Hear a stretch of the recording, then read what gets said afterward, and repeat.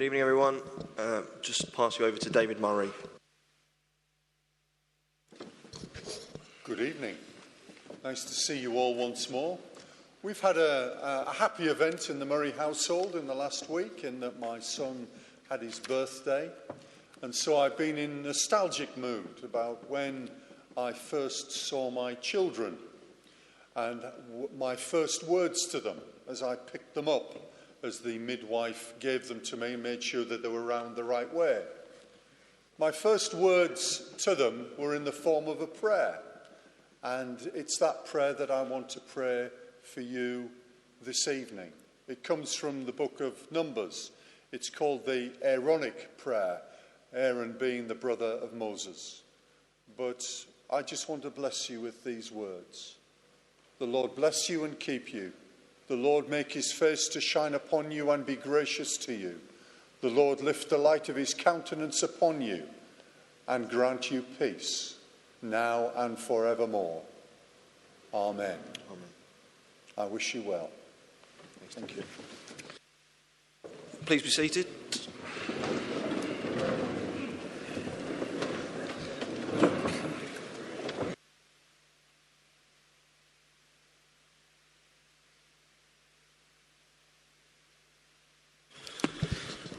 Good evening, everybody. Once again, apologies for absence, please.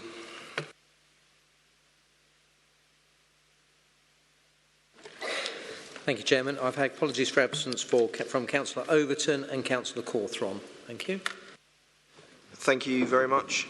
Item number 2 is minutes of the last meeting of the Council, and you will be aware, councillors, that something was sent out, an email was sent out in relation to an amendment on page 12, the wording of which replaced Councillor Stevenson's amendment with Councillor Stock's motion. And subject to that amendment, could we have a proposal that those minutes are taken as a true record, please? Councillor Stock. Seconder. All those in favour, please.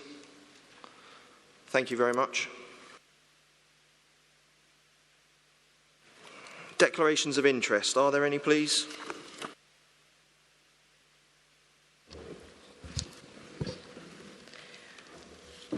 Councillors, I just wish to remind you of the standard annual advice that I send out to all members prior to the budget meeting, which the email was sent to you on the 6th of February, which reminded you of 3 things.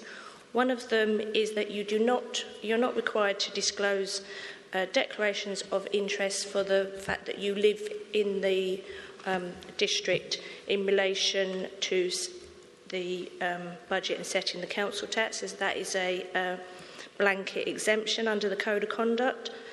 The second item is that under section 106 of the Local Government Finance Act 1992, any member who is in arrears of 2 months council tax cannot by law vote on the council tax and the budget. And if you do so, it's a criminal offence. And the last thing is that the standing orders for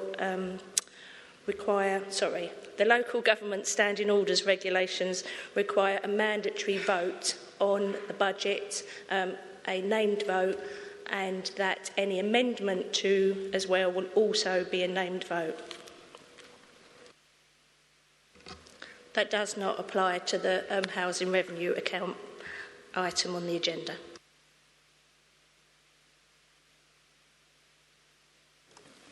Thank you, Lisa. Councillor Henderson?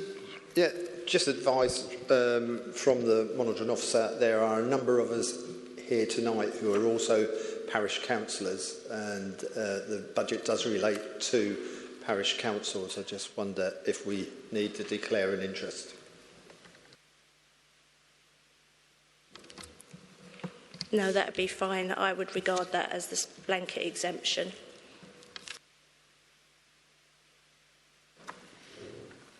Any more comments?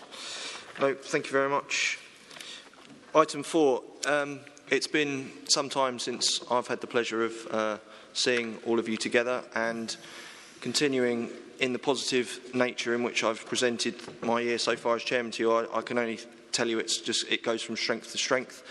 As I have said, you sometimes hear and see things, but until you actually go along and see and support and hear the people talking and delivering their value back to tendering in whatever form that might be, you then really get a real chance to feel exactly the amazing things that are going on in this district. And believe me, there are absolutely a large and vast sum of them happening all over the place. And on that theme, we have the Pride of Tendering Awards coming up in a couple of weeks' time.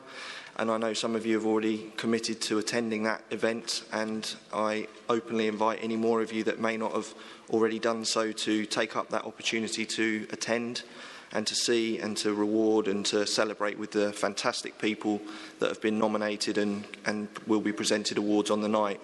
And Martin Knappett will be making a guest appearance as well. It really has been some time since I've spoken to you. I don't believe I've sat here since I had the fantastic opportunity to visit our twin town, Biberach in Germany. A wonderful experience to travel with and to support the theatre group here that performed Godspell, which was absolutely phenomenal and a fantastic place to have visited. The Chairman's Quiz in early New Year was once again a fantastic event. Thank you to those of you that came out and supported that and raised a fantastic sum of money for the charities that I'm supporting this year. We have, coming up quite shortly, we're supporting the voluntary sector in tendering by hosting a voluntary type awards ceremony for all of the fantastic voluntary and charitable groups that operate in the district. So I'm very much looking forward to that and very happy to be supporting those that give so much back to the district for very, very little thanks in many cases.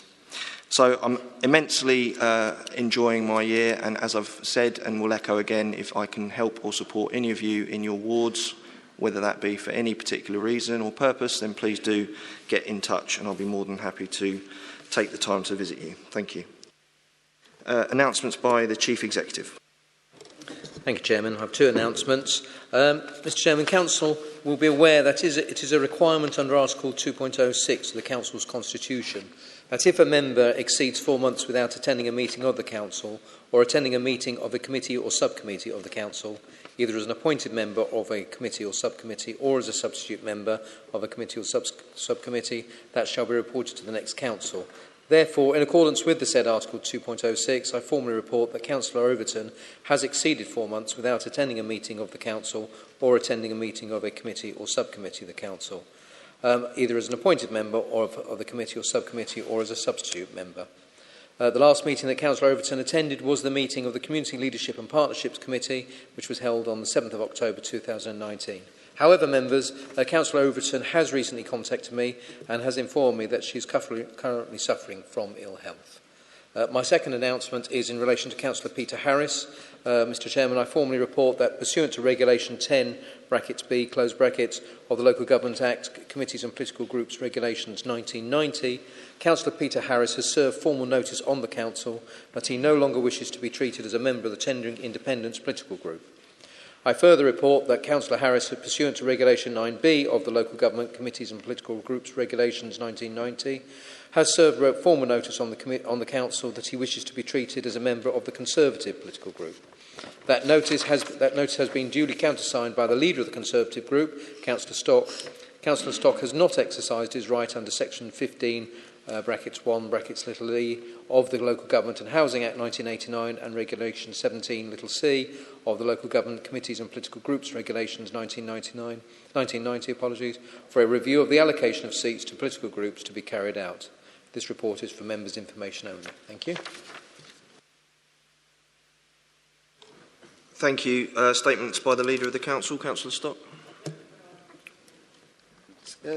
Can I just ask the Chief Executive, that last part of that statement, does that mean that there won't be a Whitcomb review regarding the change of committees? Because surely there will be some effect to this. If the Widdicombe review had been requested, it wouldn't. I think it has to be reported to full council in March, and then we've got annual council in April. So as I understand it, the review will be picked up as part of the annual review that will be reported to annual council in April.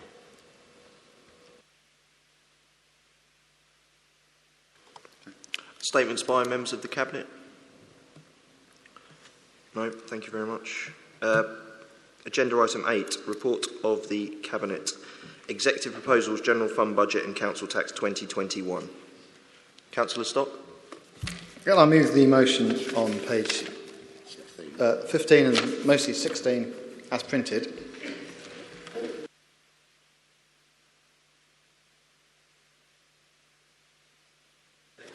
Thank you.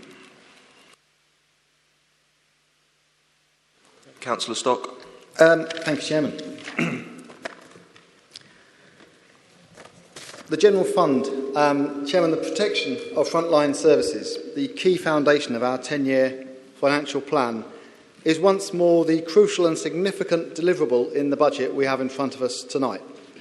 I am so proud that we've been able to achieve this for a further year, as this is so fundamentally important and really makes a difference to our residents. I know that every other council up and down this country would love to be in this same position. It's been an interesting 12 months since we sat here last year, not least the number of new faces around this room who are tonight considering their first budget as a district councillor. It would be fair, Chairman, to say that in those last 12 months, the government in Westminster, and Parliament in particular, got completely bogged down with a single issue. Pretty much, it seemed, to the exclusion of anything else. But the general election in December has happily broken that deadlock, and we have now finally left the European Union and at long last made good on the referendum decision that this country made almost 4 years ago. And already we are seeing a much greater focus on the domestic agenda. Just yesterday, Chairman, it was announced that the government has launched a consultation on creating up to 10 free ports with special tariff and duty status. The Chief Executive and I have already had a conversation with the Secretary of State for Communities on this very idea when he was in Harwich before Christmas, and it is a consultation that we will engage with to the fullest, as it could represent a terrific opportunity for Harwich and hence for the wider district. The official announcement says that the government has the following objectives for UK free ports. Specifically, it wants to establish free ports as national hubs for global trade and investment across the UK, promote regeneration and job creation, and create hotbeds for innovation. The government has drawn on evidence from successful free ports around the world to develop a UK free port model. The proposed model includes tariff flexibility, customs facilitations and tax measures. The government is also considering planning reforms, additional targeted funding for infrastructure improvements and measures to incentivise innovation. Nobody could dispute that it sounds fantastic, but the devil, as always, will be in the detail, and I will keep members informed as the consultation proceeds. Chairman, there is so much that we want to do to achieve as a council and to benefit from as a district, and we need the new government to genuinely understand our aspirations and support us as much as possible as we go forward. The new business rates retention model has been postponed until 2021, and we must hope that it will provide sufficient and sustainable funding to this council. We need the government to support us in things such as giving us the powers and freedoms to be meaningfully commercial. In respect of the housing revenue account budgets, the next item on the agenda tonight, government needs to address the right to buy conundrum and help us to continue being the best council house landlord in the country. This council could really fly if the government were to make what are just minor changes to rules and regulations. Surely a situation that we all want to see going into next financial year and beyond. When I introduced the budget last year, I stated that there were no frills included. But the budget proposed will help us to keep delivering good quality and relevant services to our residents, businesses and visitors. As we moved into 2019-20, we have added the frills, and over the past year we have delivered. We continue to deliver, and we have made a number of further commitments to our key priorities. In terms of projects we have delivered and continue to deliver, these include significant cliff stabilisation work in Holland-on-Sea, office rationalisation, major events and activities including the Mayflower celebrations, the rollout of the new waste and recycling service, and digital transformation. These projects have seen millions of pounds being spent.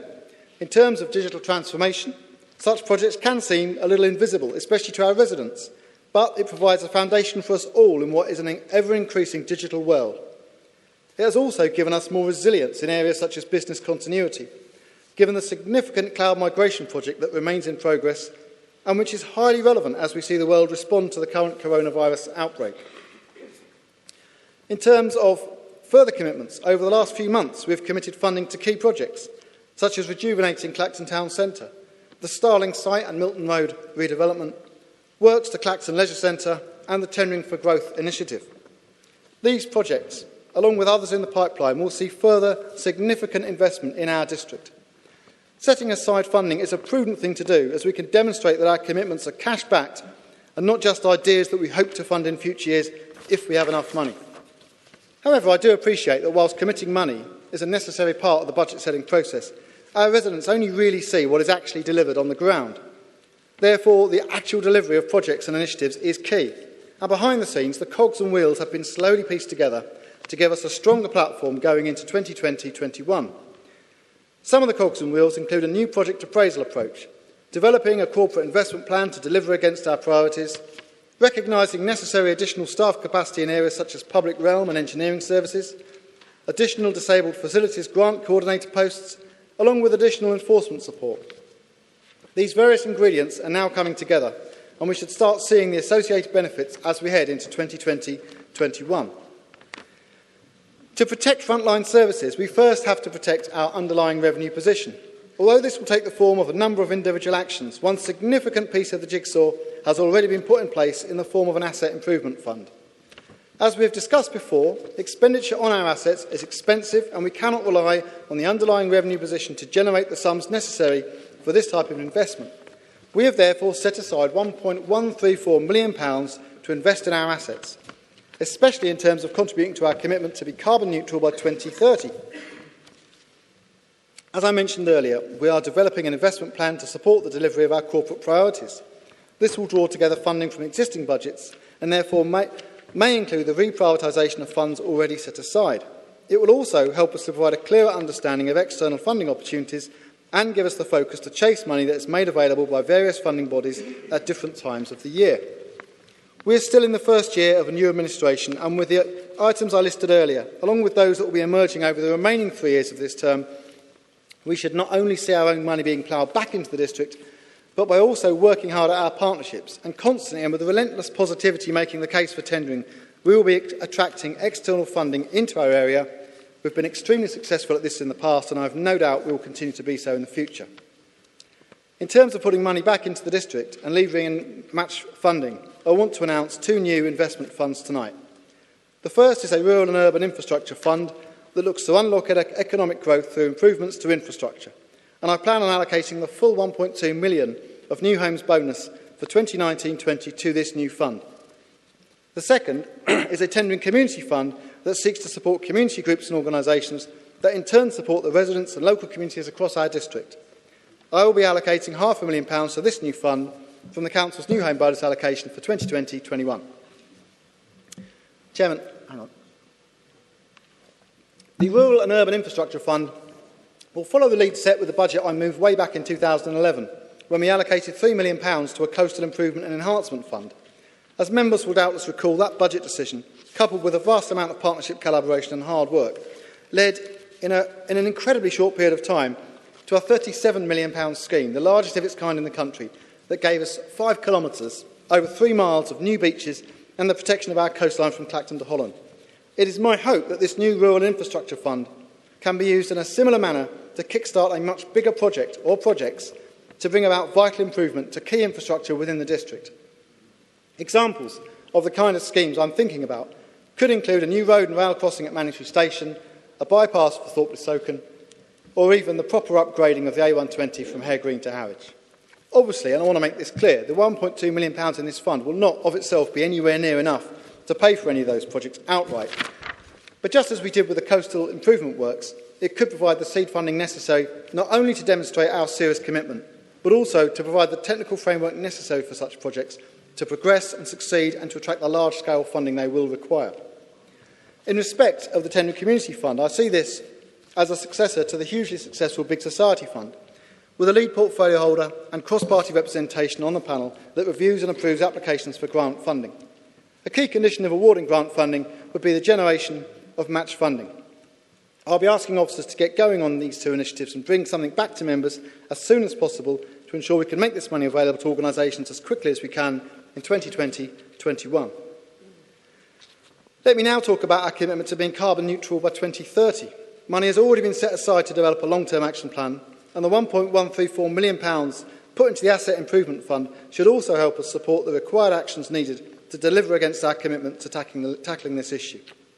The balance we are trying to find is to spend the one-off money we do have on things that either deliver against our carbon neutral commitment, or raise money, or save money, or protect us from increased costs, and wherever possible, all of the above. This seems both logical and pragmatic. 2019 saw the rollout of our new waste service. We all knew that there would be teething problems that come with a new service, but I think we've now reached that stage in the project where there is now stability in the delivery of this important service to residents. We have saved £400,000 through the redesign of the service and have significantly increased recycling rates. This has also increased the level of recycling credits that we get from Essex County Council. A further £50,000 saving has been included in the 2020-21 budget, which I'm sure will only increase going forward. It is also important for me to talk about the necessary £5 increases to council tax that have been built into the long-term forecast. We continue to have to make up the shortfall introduced by the significant cuts to our funding from government over recent years. The £5 increase is only one ingredient to the overall budget and is a compromise we have to make to help deliver on our promise to protect frontline services. It is also important to build our tax base in fairly modest stages, which will stand us in good stead in the latter years of the forecast. We also should remember that we still have one of the lowest levels of council tax in the country. We do, though, need to make sure that our residents can see a link to services provided and projects and initiatives delivered. I echo my earlier comments about being at the cusp of delivering on the ground a number of key projects that will provide the platform that in turn provides benefits to the district over coming years. You may not always see a return on every pound that is spent in the very short term, but small steps made tenaciously over a number of years do make a difference. Some good examples of where this will be evident in future years are as follows. Hosting stages of national cycling tours and races, hosting car rallies. The Tendring Rally, officially now called the Corbo Seats Rally Tendring in Clacton, is now one of the most important rally events on the calendar. Sea and beach festivals, the air show and other visitor events. Over time, these activities build and promote the district as a go-to place, not only by domestic visitors, but also internationally.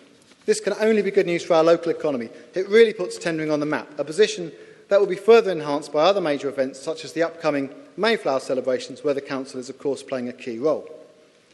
Similarly to what I said last year, whatever happens over this year and beyond, we must keep up the enthusiasm that is clearly there amongst us all to carry on making a difference.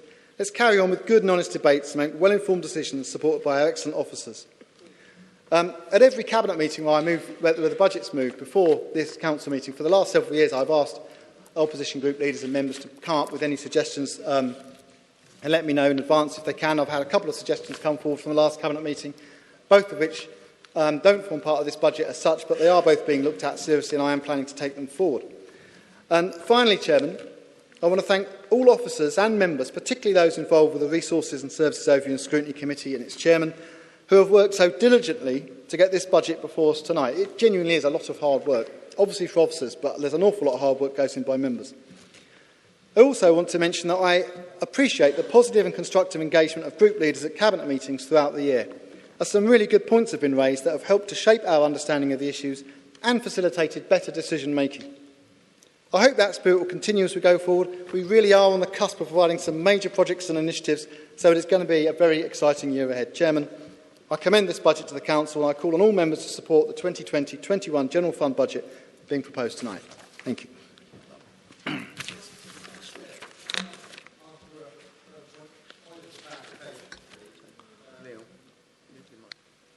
Point of clarification. After we've possibly taken amendments, then we will then debate the substantive motion, so we can all speak on that substantive motion at the end. Is that right? So the position is that as it stands, the motion before you is what is in the book and what has been moved. It didn't need to be seconded because it came from Cabinet, but it also can be seconded and was. If an amendment is then made, you will debate the amendment. If that amendment is passed, having had a named vote, then that will become the substantive motion. So that will be what you debate. If that is lost, then you revert back to the substantive motion, which is the one which is in the book, has been moved by the leader, Councillor Stock. And so you go on, and so it goes on. Any amendments, as you know, from which have been put forward and been checked by the Section 151 officer as to the viability of those. Was that? Thank you.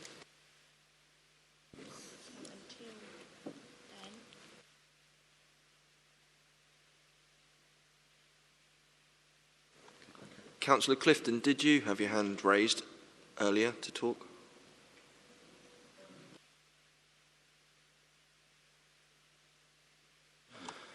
Pleasure. Councillor Henderson? Yes, Chairman. I wish to move a motion, please. An amendment. On the back of the amendment is housing early intervention officer post, which you should have the amendments in front of you there. I didn't hear you, Councillor Henderson. Sorry, it just might be my ears this evening, but could you repeat that? Sorry. Crikey, that's unusual for people to say they didn't hear me anyway. But I'd like to move an amendment on the back of a housing early intervention officer. If members could hold on whilst that's circulated by Ian Ford. Thank you.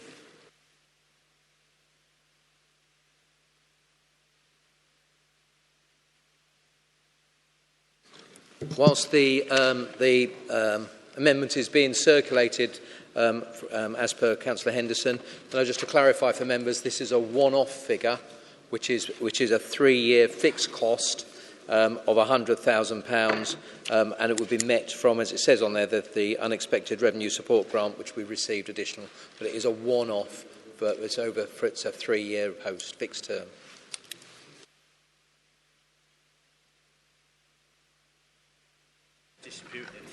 Chairman, as well, could I ask, and I've made this point before at County Council level. I can't hear you, Councillor Henderson, sorry. I've made this point before at County Council level. It would be useful because I've got to say, with all due respect, I couldn't understand everything what was coming out during that speech. It would be really useful for members around the whole of the chamber if after the leader had made his speech, if we were given a copy of the statement that we could look at.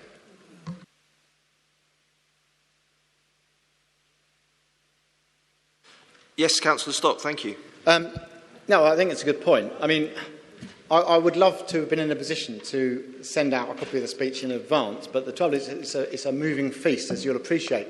I managed to get in there the bit about Freeports, which was announced literally yesterday.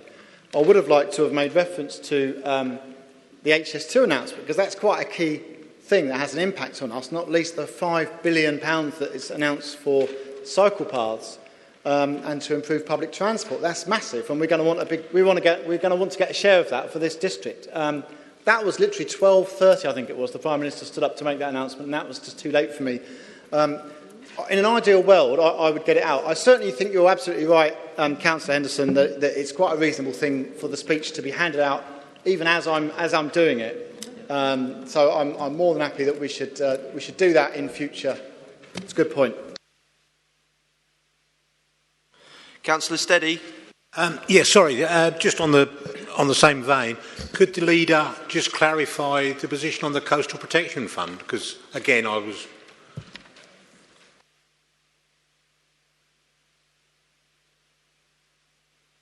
Councillor Stock, thank you. The Coastal Protection Fund, I was talking about something from 9 years ago. I was referring back to a decision we took in 2011.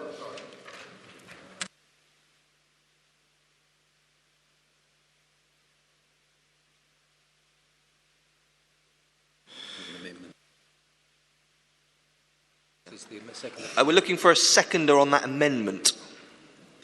Councillor Miles. Thank you.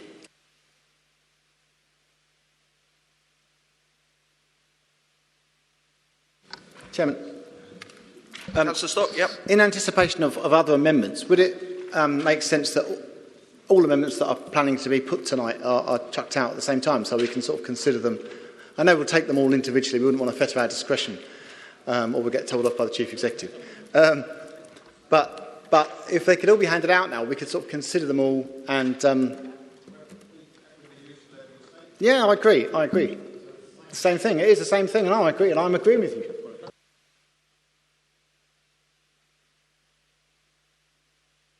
What I was saying is I could see the logic of the leader's statement being handed out, so you can even read along with it while it's being read out. That's great, and I can't see any reason why not to do that next year. But what we're saying is we could... what we could do, if you're happy to put the amendments out now, we could start the process right away. It gives us a few minutes to read them all, and away we go. And it'll also save poor Ian's legs. Could I just confirm, firstly, Councillor Henderson, could I just confirm that everyone has a copy of Amendment B in front of them? Is there anybody that needs a copy of Amendment B? And could I also just remind people that are able and are willing to stand, please, when you're speaking? No, I could answer that. Until we get into the debate, because there was an announcement made there about a tendering community fund. We want to find out some more details of that. And if the details, we're not happy with the details, then we will possibly be moving another amendment. But we won't know until we actually get into the detail of the debate.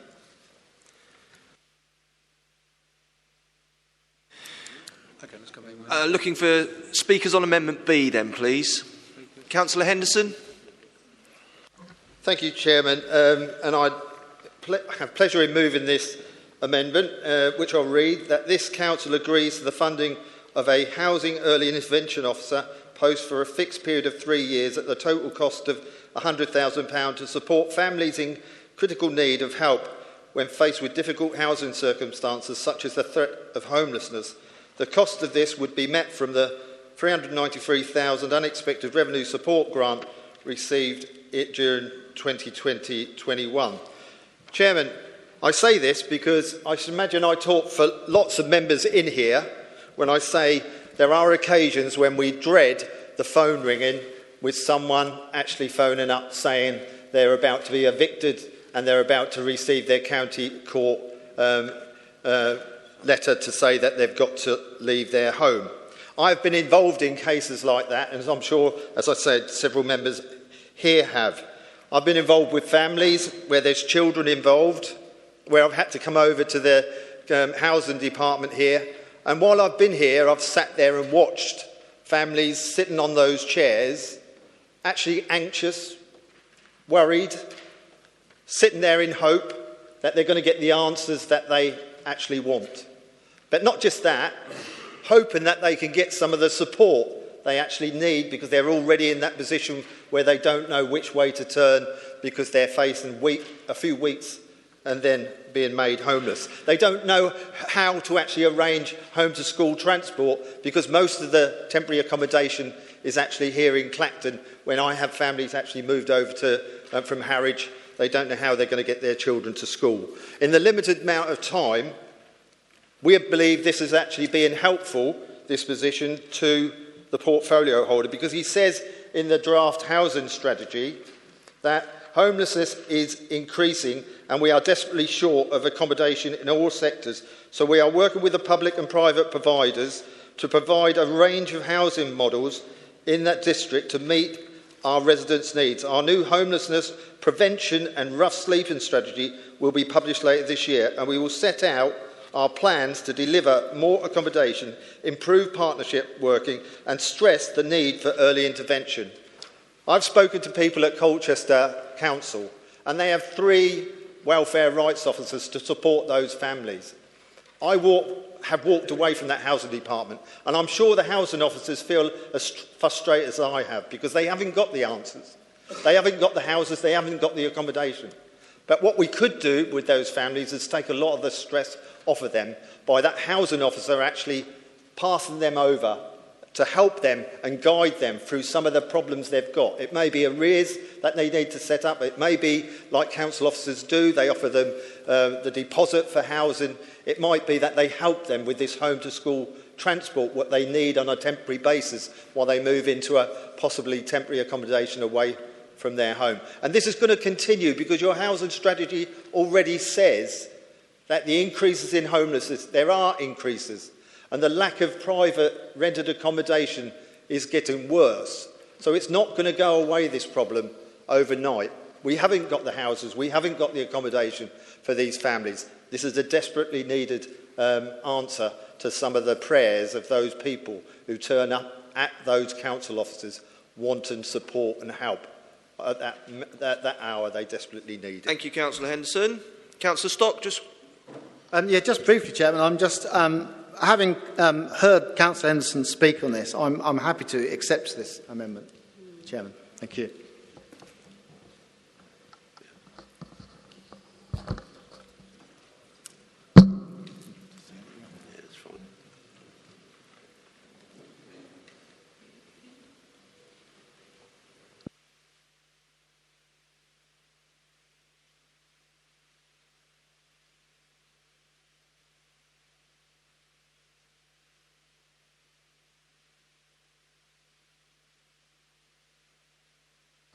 Chairman, I'm happy to accept that amendment as well.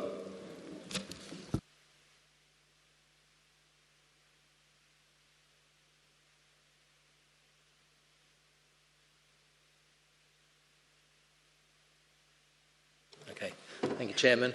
Just to confirm, therefore, as the proposer and seconder has accepted this amendment, it now becomes part of the substantive motion, and you're now back to debating the motion as per the book with Amendment B, as per which was circulated, proposed and seconded, is now becomes part of the substantive motion. Thank you.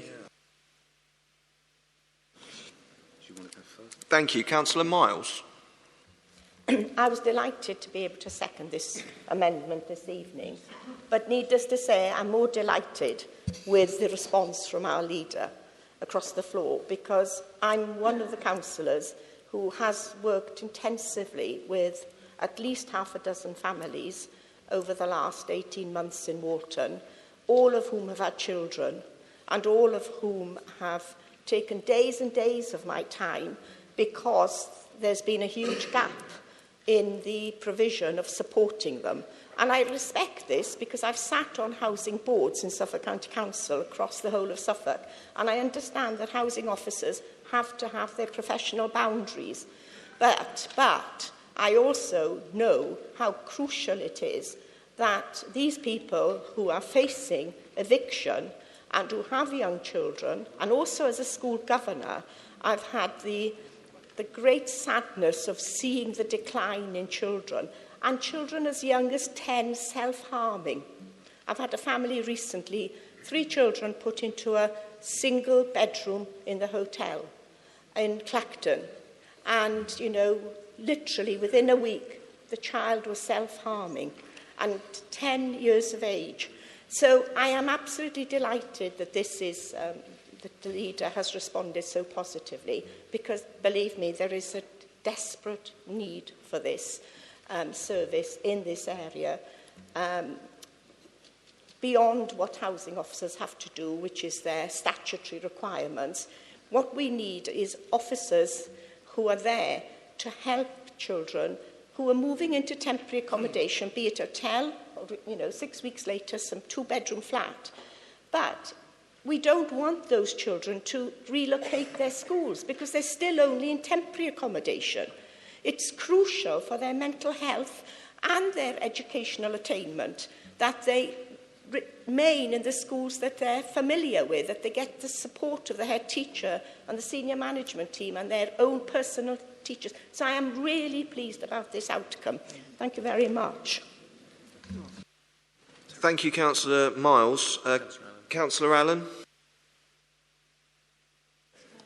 Stand up and mic, please. Thanks very much.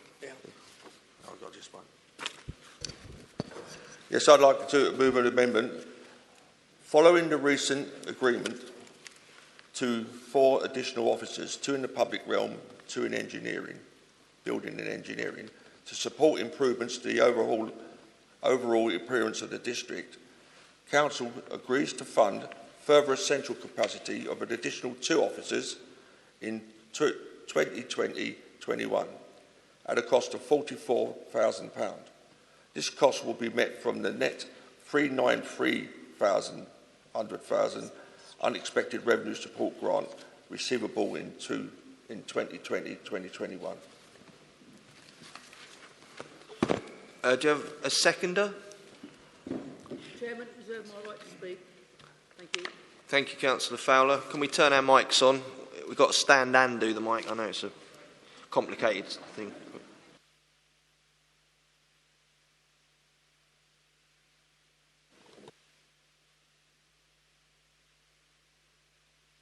Members, whilst this has been an issue, can I just remind members that the establishment as head of paid service of posts is my role. You are, and this is what this is saying, and I quite understand the way it's worded, having spoken to Section 151 officer and on the previous one, you are putting funding for post, but it's my role to put the staffing for the establishment in, the processes to put those posts in place, and then the recruitment, etc. So if I can just be absolutely clear that the head of paid service is my role, your role is to set the strategies and to sort of say and to put the funding in place for it, and that is the distinction with this. I want to make that absolutely clear that we won't be diverting from that line. Thank you.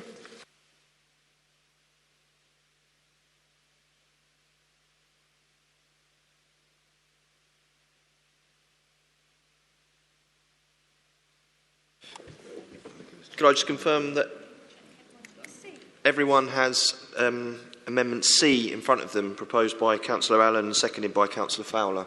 Is everybody okay? Have that, a copy of that? Thank you. The discussion is before us. Councillor Stock? Did you want to speak? Sorry, Councillor Stock. No? Okay. Yeah. Sorry, Councillor Allen. I appreciate you've got to look that side first.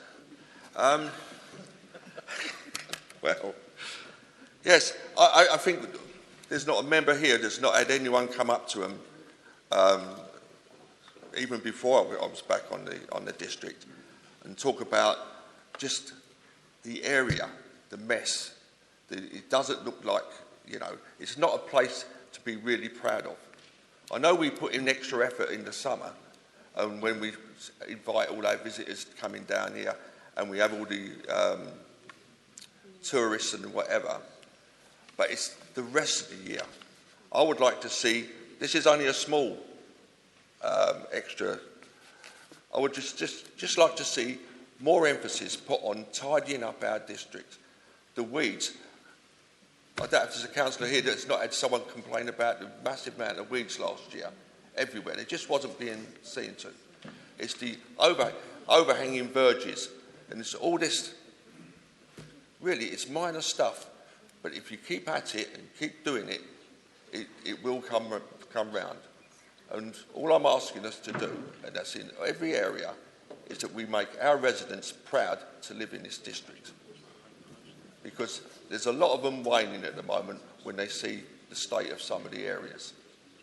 And 2 officers, I appreciate perhaps overemphasising money and status. It is down to the chief executive. But what I want is more officers in that. We put forward an extra 2, which I think at this time. Next year, I think we see much better look to the area.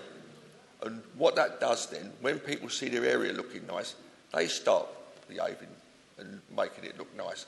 They will start trimming the edges and it will just move on. But when they see it's not done, and the verges and stuff like that, and the litter, we have it from, it's the highways, it's this, Essex County Council. Well, if you live in a rented place, you wouldn't let the garden that just go into rack and ruin. You do it because you want your place to look nice. And I'm just saying we should be doing that for this area. It's not a lot of money, and the benefits would be tenfold, I think. One thing, when we do stuff and we do have to cut things, the people say, well, yes, maybe, but look at the nice place we live in. And so I'll leave it at that. All I want to see is this area get back to where people drive in and say, I'm really pleased I live here, I'm really glad about it. Councillor Stock. Can I want to support this. I know Councillor Allen has mentioned this before, this issue, and he's right to mention it. I've had my ears bent, not least by the chairman, about some of the roads. The A120, is appalling, the amount of litter there is on it. I don't know why people find it's acceptable to chuck litter out of their cars, but clearly they do. I'm not clear, I just want a bit of clarity. This is a one-off funding we're talking about. It's not an ongoing revenue implication. If I get some clarity on that, if there's a sort of an ongoing revenue implication, then obviously that's something we need to think about on future budgets. If this is a one-off spend for 2020-21, which is how I read that amendment, but I know that it's been looked at by the 151 officer. So if that's the case, then if that's the case, it is the case.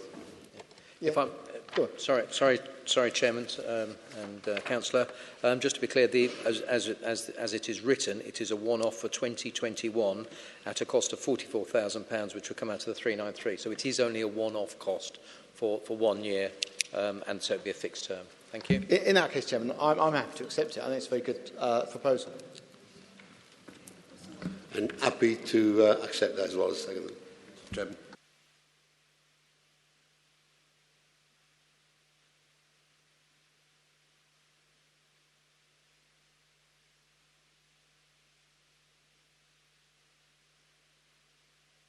Councillor Allen. Yes, I'd just like to thank Councillor Stock, Leader of the Council, because what I see is, I know it's a one-off and we hit it, but I think when we start seeing the improvements and what can be done, we will then look at it much more seriously next year and say, well, can we do better? But that's all I want. Let's give it a try. Thank you. So if I may, Chairman, therefore, now the substantive motion is as per your book with the amendments of B and C. So it's as per your book with amendments B and C. They are now your substantive motion ahead before you. Councillor Fowler, did you want to speak? Thank you, Chairman. And this time I have pushed the button. I'm delighted to second this motion. I'm also delighted by the response from the leader. Because, as Councillor Allen has already mentioned, there are quite a number of areas within the district that do badly need public realm improvements, and the majority of our residents are not always willing to tell the council and tell us. And there has been a storm on social media, if you look back, and in the local press. And I'm going to quote just from a few, I'm not going to go through the whole lot, just a couple, where the residents had made hashtag I saw tendering. I don't want to see that. I don't think any of us do either. For a small district, this is one of the nicest districts in the country, without a doubt. And we don't want to see things like that. We want our residents to be as proud of this district as we are, as members. So we don't want to see that, so we want to wipe that off. And there's some very unkind things that our residents say about the district, which hopefully that with this amendment we'll go forward and we'll put those right. Thank you, Chairman. Thank you, Councillor Fowler. As instructed, as part of the now substantive motion, including those two amendments, we continue the debate. Councillor Scott. Thank you, Chairman. I was just going to say thank you to Leader of the Council and the Deputy Leader, and obviously Councillor Allen and Councillor Fowler to bring that forward, because being a rural councillor in the west of the district, covering 4 villages, covering the 3 main arteries of the B1027, the A133 and the A120, coming for our district, that's the most of the complaints that I get from my area about the weeds and the rubbish in our lay-bys and on the A120 and the A133. And this would be very, very welcomed in the west of the district. So on behalf of my ward and Councillor Wiggins, thank you for supporting this amendment. Thank you. Lisa, did you want to say something? This is just a piece of advice to all councillors. Once an amendment has been accepted and forms part of the substantive motion, when members are standing up to speak on it, you are speaking on the substantive motion of which you only have one opportunity. So I'm just wishing to give you all the same advice, just to choose your moment, I suppose.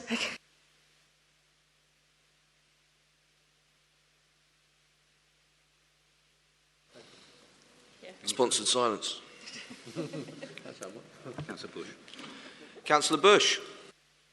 Thank you, Chairman. Can I raise Amendment D, please?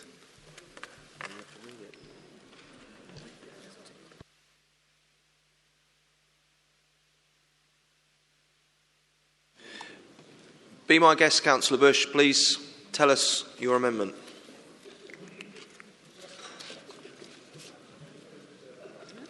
Chairman, can I just wait till this circulated the amendment to all members? Yes, of course. Do you have a seconder?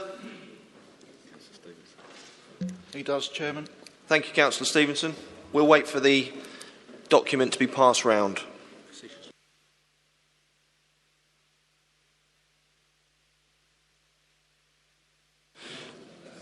Could members just check that they've got item D in front of them? Item D. Our back row has this time. Even our back row. Have we got that?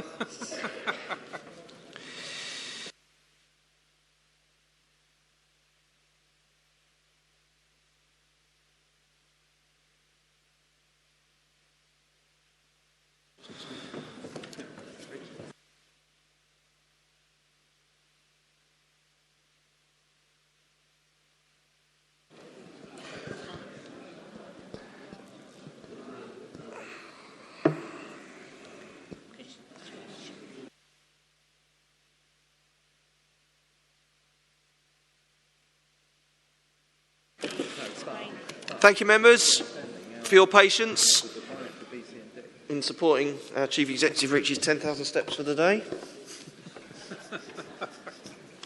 Councillor Bush. Thank you, Chairman, and thank you for your patience, members. Amendment would be the Council agrees that the remaining funding from the net 393 unexpected RSG is applied directly to support additional enforcement activities in 2021, and that the portfolio holder responsible for corporate enforcement be requested in consultation with the officers to determine how this money will be effectively applied alongside existing enforcement activities to ensure we have a robust enforcement team for the year ahead. Now, I'm fully aware that there's a lot of work going on behind the scenes with the appointment of Russ Cole and with officers being trained and accredited to be able to provide fixed notices, so there's a continued development of a strategy, which I'd like to see in a full policy. Sometimes it's such an important area, from whether it's rogue landlords, whether it's litter dumping, whether it's all sorts of associated enforcement issues. Now, a point I want to try to make as well, having seen our neighbours in Colchester, they've had 6 enforcement officers going around the town, just sort of checking out and applying penalty notices for litter dumping, urinating, and all sorts of unworldly acts around the town centre. And in about 3 days, they issued 55 penalty notices to make the public aware that they have a very strict enforcement protocol. So what I would like to say is that I'm putting this forward because it's an important, essential part of tendering services is to ensure enforcement from planning right the way across all the enforcement departments that this is considered. Thank you.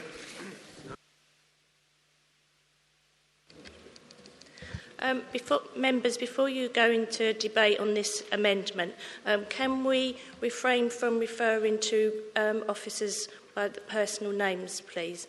Obviously, we're in an open meeting, so it's establishments of the posts, not the individuals. Thanks.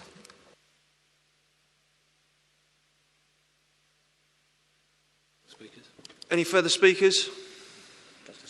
Councillor Stock. That was moved by Mark, I'm assuming, wasn't it? Sorry, seconded by Mark. I beg your pardon. Sorry, it was seconded. So I didn't hear that. I beg your pardon. Yeah, so we're talking about £289,000, if my maths is correct, to go to the remainder of the 393 revenue support grant, unexpected revenue support grant. It's a lot of money, but, you know, actually, I welcome actually the support and the recognition that corporate enforcement is a big issue. It's the one issue that comes up at group meetings time and time again when members get together and have a chat. It's enforcement, and it's not just planning enforcement, it's all the different streams and aspects, you know, licensing issues, housing issues, HMOs, all the different strands of enforcement that this council operates and has.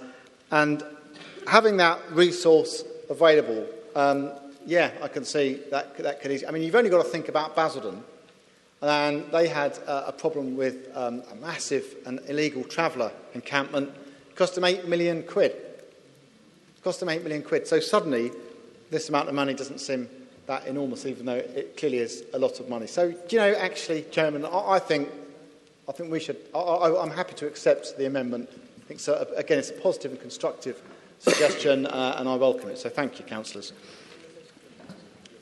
Chairman, as this is my area, and we spend a huge amount of officers' time getting the strategy together, and the aim of that strategy were very much along the lines of make sure that all the enforcement action that goes on in the council is coordinated, and that's exactly our aims. And I do congratulate Councillor Bush and Councillor Stevenson for recognising that that is very much one of our corporate plan aims to have effective enforcement in place.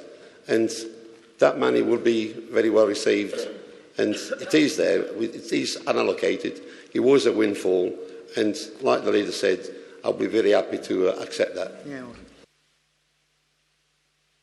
I know that we've asked the question, but just to confirm this for the record, the £393,000 is less £44,000 for the item C and less £100,000 for item B, leaving £249,000, and that is the amount you are saying. Could you confirm that to me, please, Councillor Bush? Can I reply to that one? As the Chief Executive pointed out to us, we're not responsible for assigning pay grades, so the £44,000 will be at your discretion and not ours, but it is for the £100,000 and whatever you decide to pay those officers less. Thank you. Well, this is going splendidly. So I think I take you back to an earlier comment by the Chief Executive that we're now back to the substantive motion with the 3 amendments, and any of you that want to talk now are going to wipe yourself out from further discussion for the rest of the evening. I think I'm right. Yeah. Councillor Clifton, welcome. If it please, Mr. Chairman, I would also like to make an amendment. Yes, and I would like to make a revised Amendment A. So unfortunately there's no paperwork on this one. I must congratulate the Council Leader, first of all. If I may. Hold on, Councillor Clifton, sorry. The Constitution is very clear that any amendments that are to be made on the night of the budget meeting are to be received 2 days in advance by the Section 151 officer. So I am aware that you have consulted the Section 151 officer on an amendment. It's that one or not? It has an awful lot to do with our original amendment. It's just, I mean, it might just be a point of clarification. There was a lot of information to take in when the Council Leader spoke about the £500,000 Tenure and Community Fund. I'm happy with that. I would just like to clarify, when he was talking, I said there was a lot of information to take in. I believe all he said, the only criteria for that fund was to have match funding. Was that correct? Councillor Stock. Basically, what I said was details to be agreed, but I talked about the success of the previous Big Society Fund was that we match funded every pound that we as a council gave out. I think attracted something like £4 or £5 of external funding, and I would very much like to keep to that model. I was deliberately incredibly vague, and I didn't go into any detail about the specifics of the scheme because I'll get officers to draft something up very similar to the Big Society Fund, but a kind of modernised, fit-for-purpose version of that, yet to be agreed.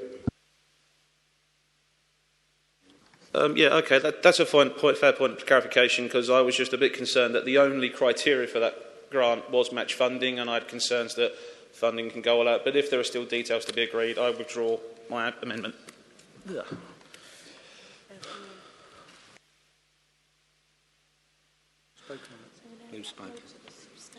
Right, we're on to the substantive motion with the 3 recommendations. Councillor Barry, welcome. Good evening, Mr. Chairman. Thank you. I would like to thank the leader for his statement and give my endorsement to many of the proposals and priorities that he outlined within that presentation. In respect of delivering priorities, one of the risk areas associated with budget forecasting is a local or national emergency. As I'm sure he's aware, there has in the last 24 hours been some very severe flooding along the coastal area of my ward in Brightlingsea. I've been very active personally down there in responding to the emergency situation and seeing at first hand some great teamwork, very professional work.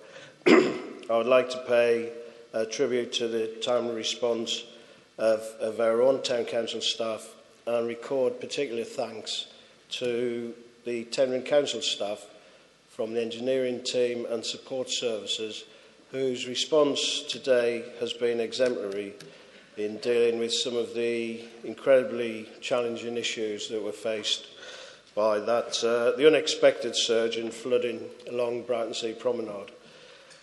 I believe such an emergency warrants an urgent response, and I therefore ask the leader to make a commitment that he will review the spending priorities in respect of coastal protection measures along Brightlingsea seafront and other vulnerable areas along the Tenrin coastline.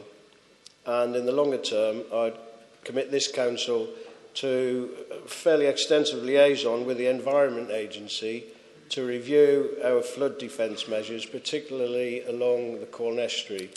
And I'll just say, historically, we had a surge in Brightlingsea in 2013, as we did along this coastline, and that was the first one for 60 years. We've now had a second one in 7 years, so I think the situation is very serious and needs some urgent attention. Thank you.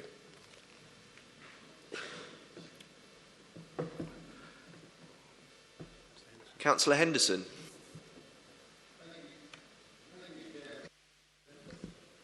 Thank you, Chairman, and I'm pleased to talk on the substantive motion, and again I welcome the cooperation of the administration on accepting the Housing Early Intervention Officer, the public realm extra resources and the enforcement funds to support officers in their endeavours on providing enforcement. The leader said when in his opening remarks about the budget, he says he's happy that the deadlock has been broken at last, and I think he was referring to obviously Brexit. He would probably be interested to know that today Essex County Council put £10 million into an emergency fund because they're worried about the impact that Brexit may have. Just a thing to throw in there. It's not at the end, and there is some still fears to go. And there's also the issue about this budget. We're still facing, we can't forget about it, we're actually in deficit until 24-25. Every year we're going to be making savings in this council.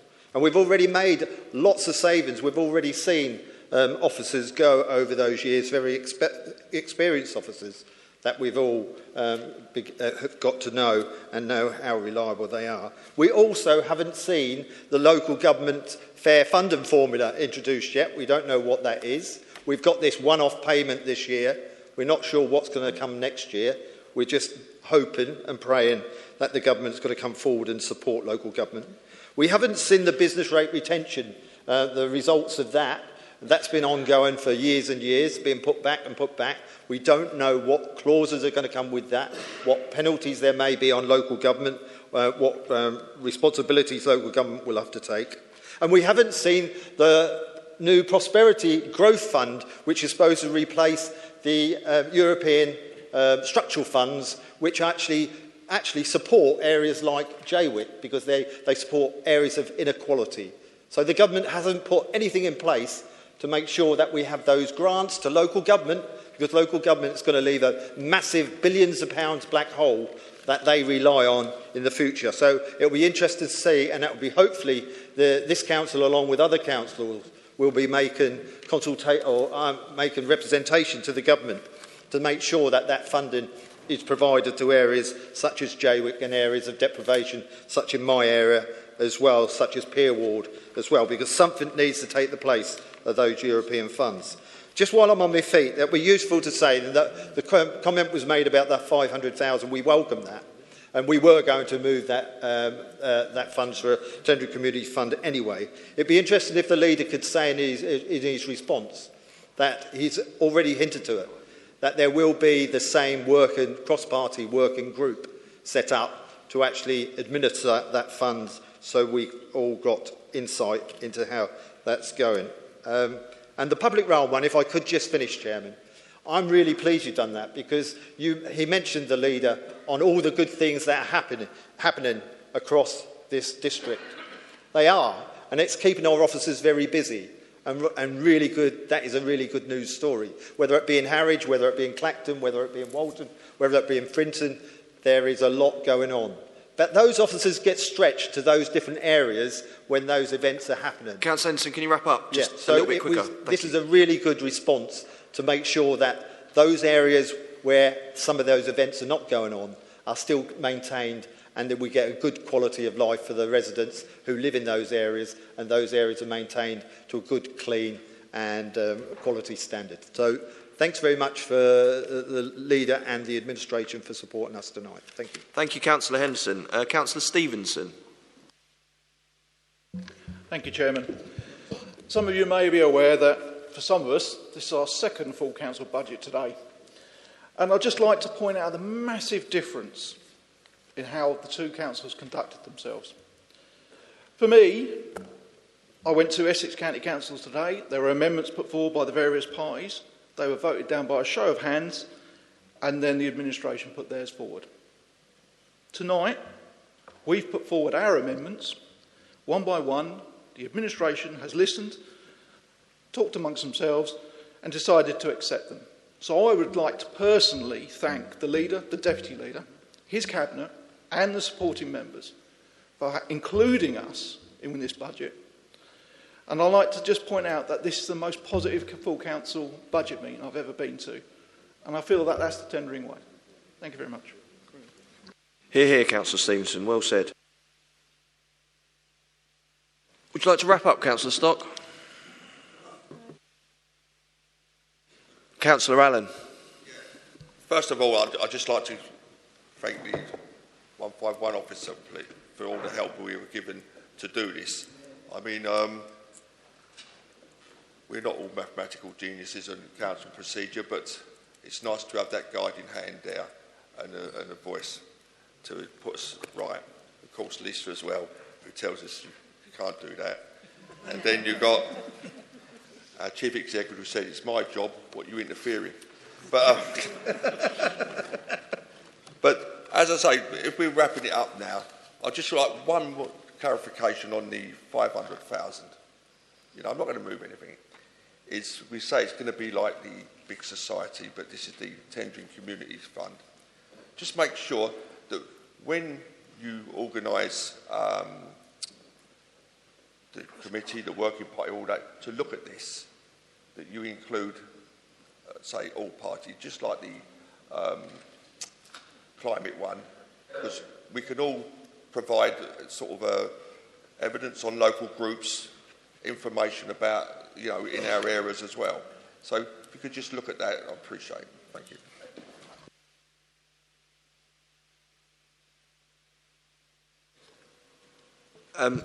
I also, too, on a personal note, as Councillor Stott pointed out, I have been quite passionate about the subject of many of the amendments that have been put forward and accepted tonight, and I'm very proud to be part of the decision-making process around that, because I do feel that all the points that have been mentioned are very, very valid, in that we must aspire to get tendering tidy, to show a zero tolerance towards those that want to make it untidy, and inevitably be, like you've mentioned many times, be exceptionally proud when you drive in off that A120, and at the moment that can be difficult when you see that some of the situations that we're posed with. So congratulations on all councillors tonight and the amendments that have been put forward. Councillor Stock. Well, thank you, Chairman. If I just deal firstly with the issue raised by a couple of members, and actually in my speech, and I appreciate and accept that you haven't got copies of it, and I couldn't possibly expect you to remember every word I said, because I certainly couldn't. But the one thing I was actually clear on with regards to the Tendering Community Fund was that it would have a lead portfolio holder and cross-party representation on the panel. And that was the great strength. And it didn't start off like that, the previous Big Society panel. It was, and there was a bit of brouhaha about that, as I recall at the time, but we got it sorted out. We got it working seamlessly and well. And I was struck, genuinely, when we took the remaining bit of money out of that and put it into the climate thingy fund, there was a bit of a sort of pang of remorse that had gone, and I reflected on it, and I thought, actually, that was something that this council did really, really well, and it was the members coming together and helping to fund organisations, community groups, societies across the district.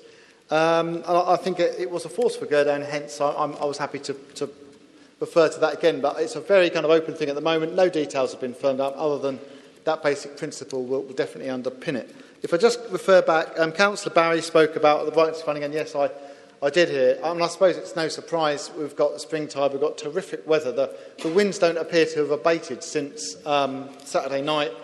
Was it Saturday night? And then I hear there's another storm coming in for the weekend. So we've gone from Storm Kira straight into Storm Douglas or David or Dennis, and it began with a D.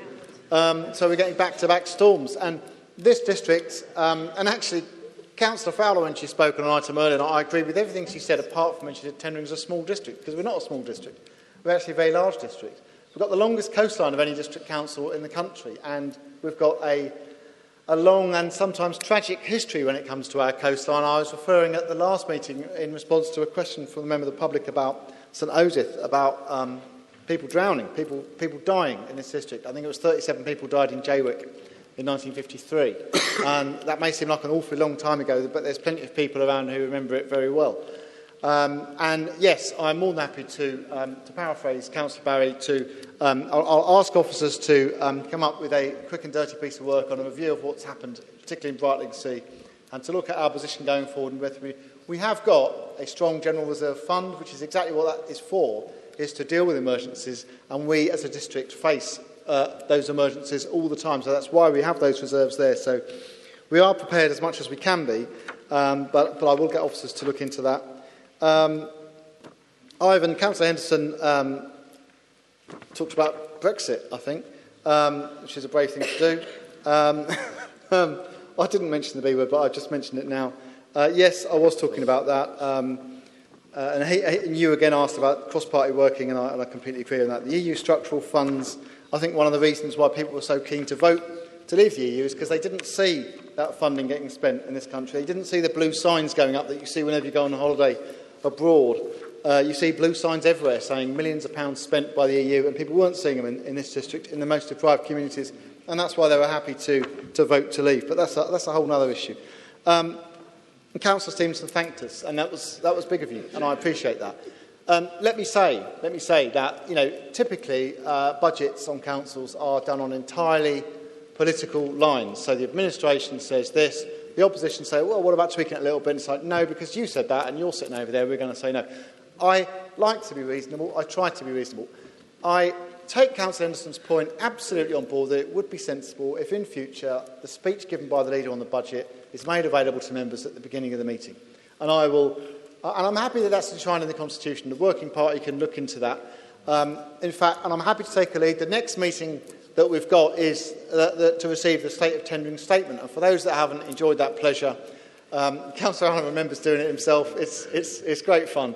No, it's not really. It's a little bit boring. But there's a long speech given by the leader on the state of tendering, and I will endeavour to kick off that by having that speech available to members to read whilst I'm giving it out, or if not beforehand.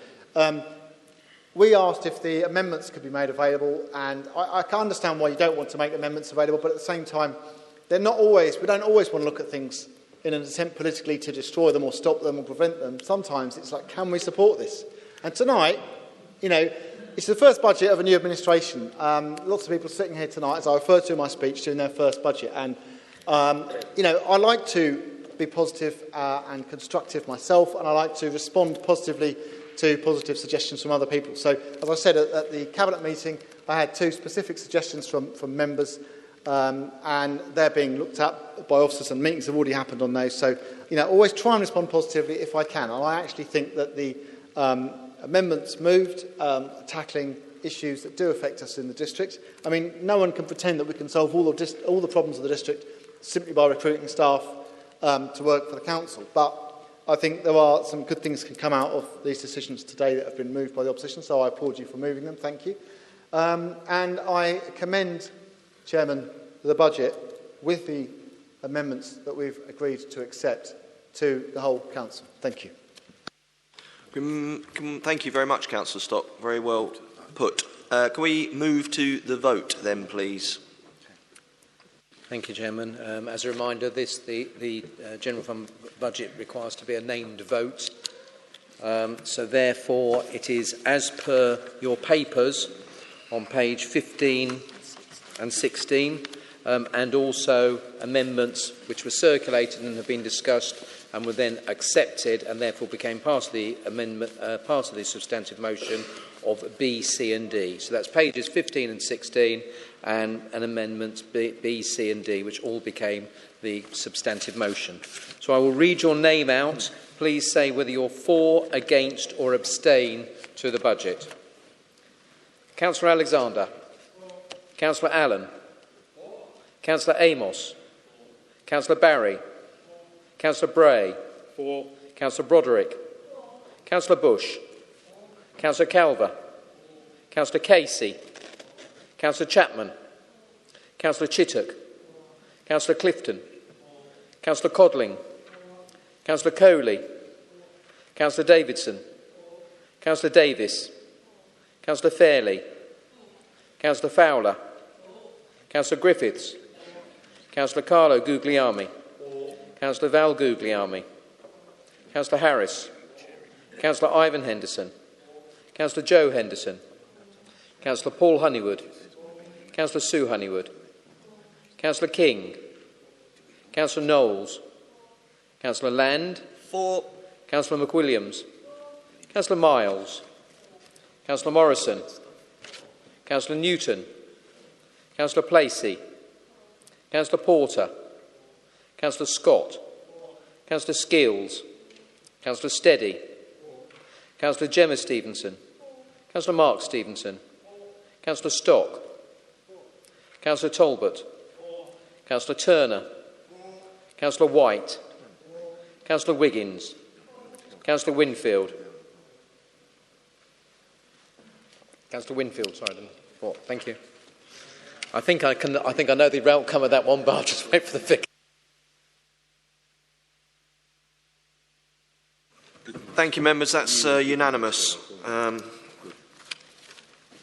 We move on.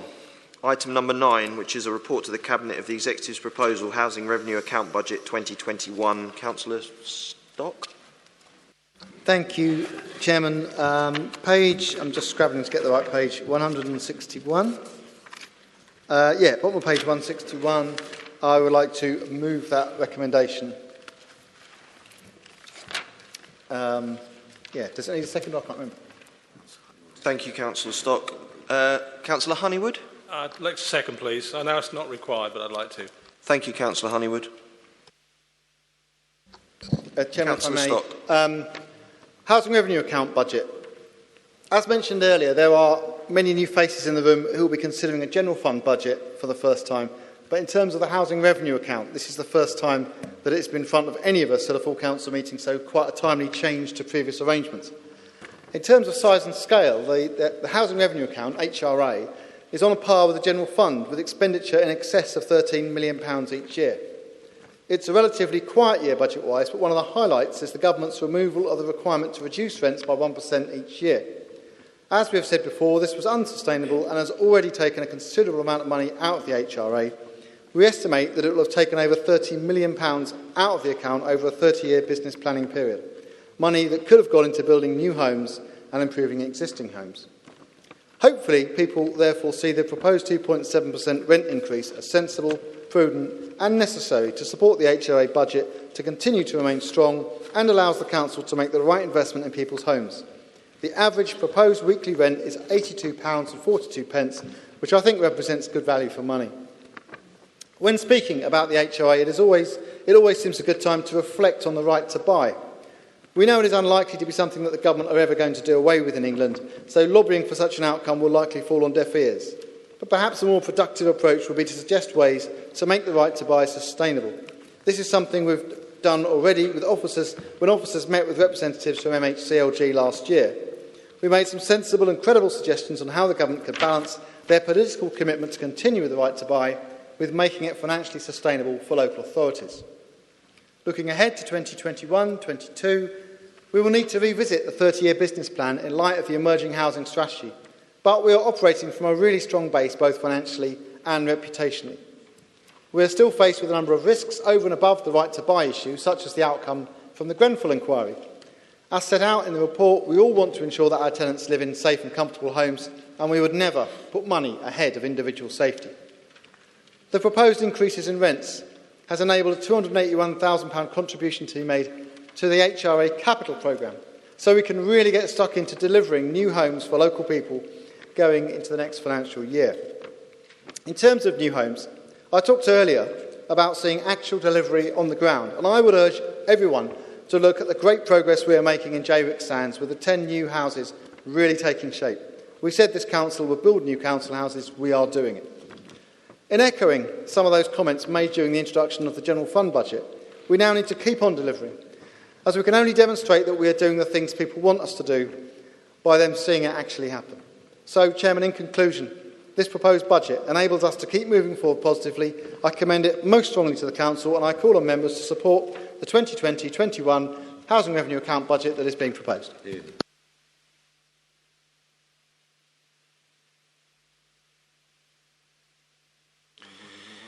Would anyone like to comment on... we'll go to the vote then, please. Is it a no vote? All those in favour, please. That's unanimous. Thank you. Apologies, I don't know if it was unanimous. Was it unanimous? Close enough. Any against? Thank you. Urgent matters for debate. There are none. I just wanted to point out to you members that the next meeting will now be on the 31st of March. 31st of March. In case any of you have got that other diary date etched into your diaries. Thank you, members. Congratulations on the cooperation that's been evident here tonight, and a very good evening to you. Please be upstanding.